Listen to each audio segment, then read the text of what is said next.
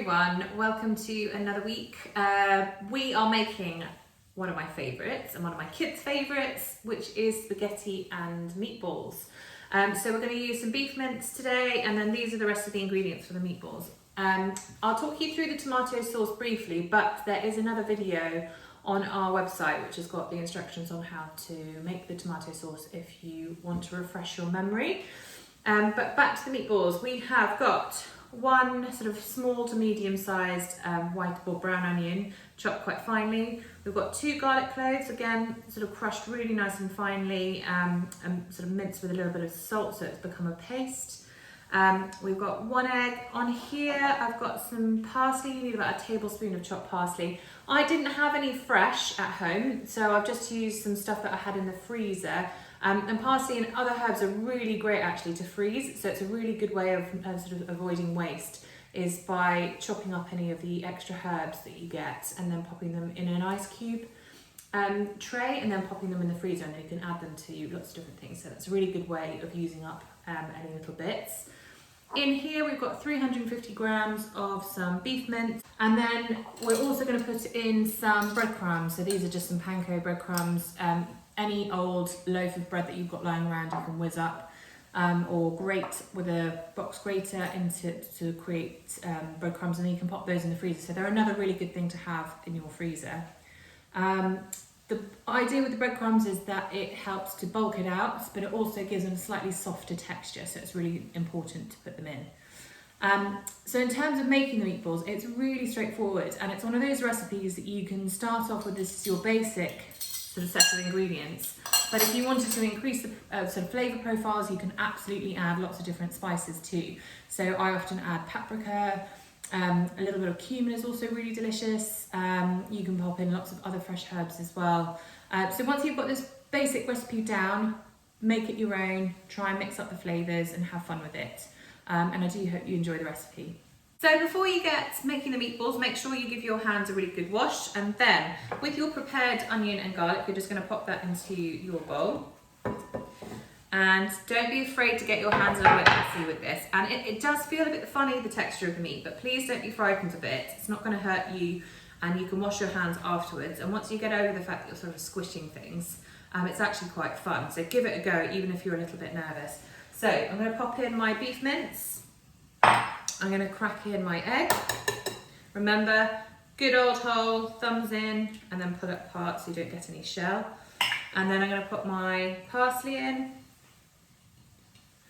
And then I'm going to put in my 3 tablespoons of breadcrumbs. 1, 2, 3. So I've got all the ingredients ready in here, apart from some seasoning. So meatballs and sort of burgers and that sort of thing, it's really a question of adjusting and tasting the seasoning, but obviously it's a raw product, so you've got to make sure that you fry off a little bit of the mince just to have a taste test and see what you think. So I'm going to add about a teaspoon to 2 teaspoons of salt and a good bit of pepper. So all that's left is just to get in there with our hands, and you just really want to squeeze it and squish it like this. I don't know if you can see, and it will feel quite sort of funny. It's good to take the mince out of the freezer sort of half an hour before you want to use it, because otherwise it gets really cold. And you just want to make sure that you're breaking up the meat with your hands, and that's an important process of making the meatballs. It helps them stay together and not fall apart. The egg and the breadcrumbs are going to help keep them together as well. But really sort of squish and squelch it together. So what I'm going to do, now that I've squished that together for quite a while, is just take a little patty about that sort of size, squash it really flat, because we want it to cook really quickly, so sort of very thin. Pop that on the plate, and then you're going to give your hands a really good wash, and then I'll show you how to fry it off. Oil, and all I'm going to do is just add in my little patty, and I'm going to cook that off, probably for about a minute, on each side until it's sort of cooked through, and then I'll have a little taste just to check that I'm happy with the seasoning. So the patty's just had a little bit of time to cook off, so you can see it's sort of golden brown on both sides. So I'm just going to have a little taste just to check for the seasoning. Much good for me. So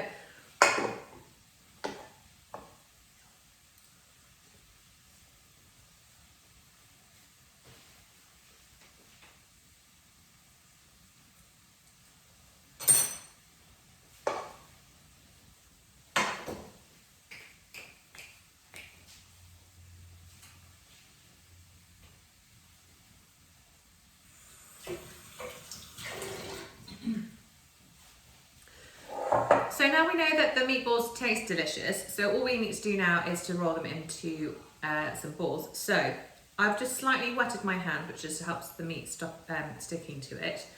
And then you want to take a sort of chunk of the mixture and then just roll it. So squeeze it and then roll it into slightly sort of smaller than a golf ball sized meatball.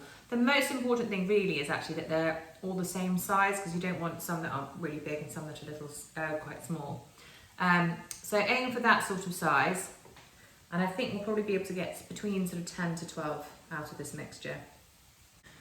Right, so all of the meatballs are rolled into little balls, you can see that. So I've got 13 in the end.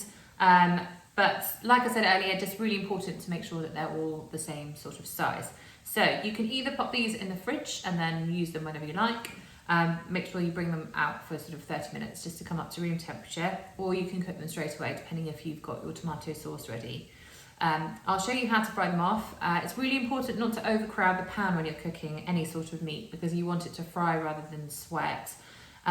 So we'll probably do half the amount of the meatballs at a time in the frying pan and then add them into the tomato sauce a bit later. So the meatballs I'm just going to put into a nice warmed pan, and you want to place them sort of quite far apart from each other. And we're going to cook these in batches, so I'll probably get most of them in there. So I'm going to probably just stick with that for the minute. We're going to cook them until they're nice and golden on one side, and then we're going to rotate. So after they've had about a minute to cook, you just want to flip them over with a spoon, and you can see that that's got a nice sort of golden colour on it, which is exactly what we're looking for. So you want to flip all of those over. In the meantime, this is the tomato sauce, which I'm going to carry on cooking for a little bit longer. It's not had quite enough time. So this is what we're going to add our little meatballs into later, and this is our healthy and delicious tomato sauce recipe, which we have in a different video. But do make sure that it's really lovely and full of flavour, and you just check for seasoning before you add the meatballs as well. So again, they've had another little minute on the other side, so I'm just going to move them so that the edges of the meatballs now get a nice bit of colour. So I'm just going to place the meatballs in the tomato sauce. So here is the finished, lovely looking sauce and meatballs. You can just see them poking out there. I'm just going to keep them on the simmer for sort of 20 minutes just to really make sure that the insides of the meatballs are cooked. And then meanwhile, sort of you can cook your pasta. Any pasta will do, spaghetti or penne or fusilli will work really nicely. And then you can just sprinkle it with a little bit of cheese on the top if you like.